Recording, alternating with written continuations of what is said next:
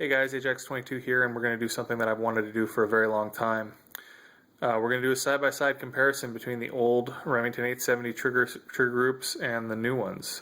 This is for that beat-up 870 project. I finally got a donor trigger assembly, but it's one of the new ones, so I got to disassemble everything and lay out the parts side by side. And I don't have everything to do a comparison on, but I do have most of the major components. Yeah. The most obvious difference really is the old ones are aluminum housings, where the new ones are actually this polymer. And it should be pretty easy to tell apart if you can tell aluminum from polymer. If not, there's a casting clock from the molds in the polymer one. You can see it right there, that round circle. I don't know if you can make out the focus, but yeah. There's a number of other subtle differences between these. One of these has the U-shape, the new one has the U-shape cut for the improved reliability. The old one obviously doesn't. There's a slight bump on the forward edge here, so we can get this. Slight bump on the forward edge of the lifter assembly. It's actually attached to the little spacer piece. There's a square corner on that one, whereas on the old assembly, it's rounded. You can see that kind of sort of. There you go. It's subtle. Obviously the big U-shaped cut is real easy to pick out, but there were some that I think transitioned between the two of these before they went to the U-shaped cuts. Yeah, but after they went to the square corners. Trigger assemblies, or the trigger, I guess trigger sub-assembly on this. It's the old ones on the left, new ones on the right. Most obvious difference is that little detent on the bottom side of the bar. I believe that's there to prevent over travel of that particular component. Other than that, they appear to be constructed just about the same. It's possible that the new ones metal injection molding constructed, whereas the old one may be machined. It's hard to tell.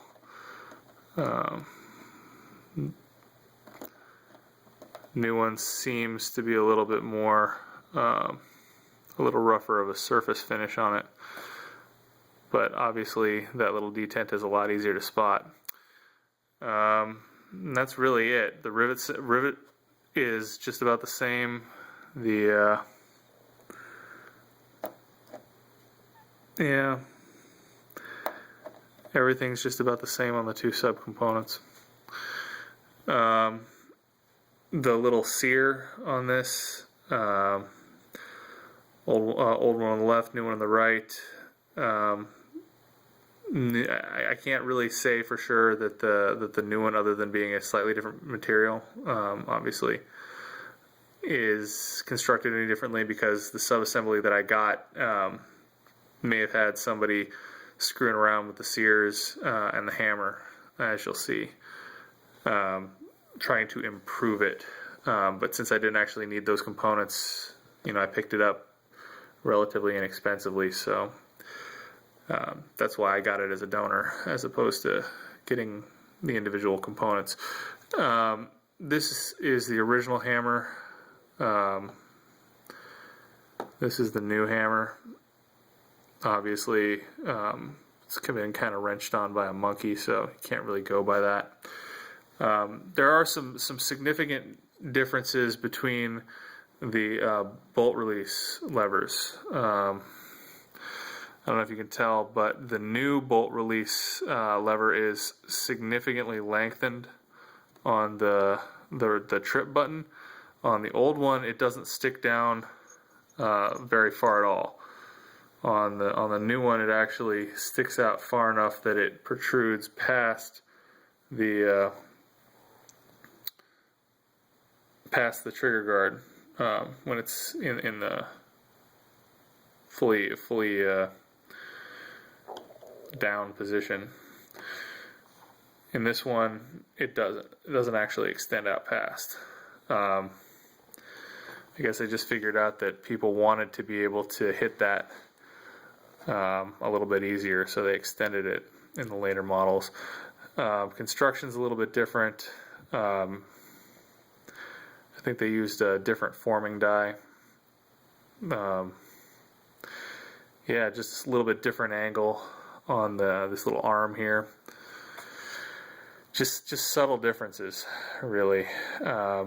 Either one should work in either assembly. I think we ought to be able to assemble this, holding them up against each other for comparison. That didn't look like anything was going to, radically change, and the overall shape was really close. But yeah, they did change those over the years. Safeties are safeties. No significant difference on those. Roll pins, I mean, are scary how close they've held those. Pivot pins, even down to the the one way they expanded the metal on these with 3 little stakes on one side to keep them so they only drive in one way. They changed the dimension on the bolt hold open spring slightly. The shiny one's the new one, and they basically just added a little length to it. Overall, the shape of the bends is pretty much the same. I think the mainspring here, this one is compressed, but even if it's not compressed, it looks like they may have added a turn or two to the new spring style. Not sure why. Yeah, I don't think they added a turn on the new style of spring for the sear, but they did change the material. Yeah, these are the parts that we actually needed. This whole donor project was pretty much just so that we could get a hold of these plunger assemblies. And we're gonna steal the mainspring, the pivot pin, and the safety detent, and spring and ball. So now what remains to do is to take the best pieces of each of these, and I'm going to be strongly tempted to use the improved reliability lifter, because that really does add quite a bit of ability to power rack through a short stroke instead of having to butt stroke your shotgun to clear a jam. It's actually, that little stupid U is actually quite useful, but it requires a new style of bolt, and I think this is the old style of bolt. I don't think it has the modification to it. Could be wrong.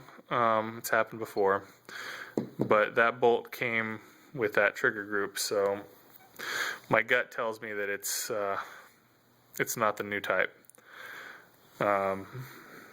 This all seemed to be from a gun of the same period, the old stuff. So that's where we're at. Gonna reassemble this and see if we can't make one that works out of 2 that didn't. I mean, everything was there on the donor, but obviously some monkey really butchered this the poor engagement surfaces on this. Whereas on the old one, the engagement surfaces are just fine. So I'm going to get on that, and we'll see if we can't get something that clicks and goes bang. All right, have a good one.